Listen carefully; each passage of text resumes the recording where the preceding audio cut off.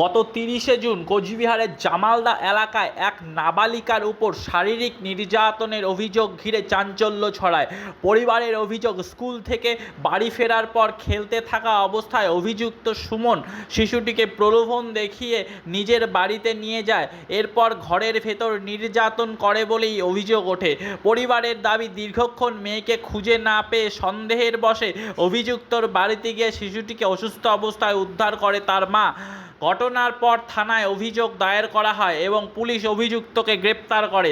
আজ সেই ঘটনার প্রতিবাদে জামালদা বাজারে এলাকার মহিলারা মিলে বিক্ষোভ মিছিল করেন। অভিযুক্তের বিরুদ্ধে দ্রুত বিচার এবং কঠোরতম শাস্তির দাবি তোলেন তারা। এলাকা জুড়ে এই ঘটনায় তীব্র ক্ষোভের সৃষ্টি হয়। দিদি, আজকে আপনাদের কি আছে একটু বলেন। আজকে হচ্ছে যে ছোট শিশুটি, যে 7 বছরের যিনি নাবালিকা, ওর যে আজকে যে আমরা একটা বিচার চাচ্ছি, ওনার যে আর কি ওর সঙ্গে যে অত্যাচারটা, অন্যায়টা হয়েছে, এটা আমরা চাই যাতে এরকম আর কোনো ছোট বোন কি মা, প্রত্যেক ঘরে ঘরে যাতে এরকম কোনো অবিচার না হয়। আমরা ওর শাস্তি চাই, ওর কঠোর থেকে কঠোরতম শাস্তি হয়।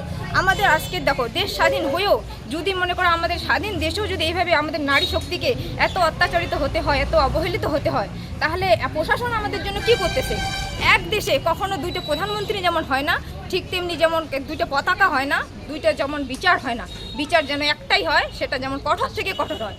ও যে অন্যায়টা করেছে, এরকম যেন আর কোনো সুমনেরই জন্ম হয় না, তার জন্য আমরা ওর অনেক শাস্তি চাই, ফাঁসি চাই।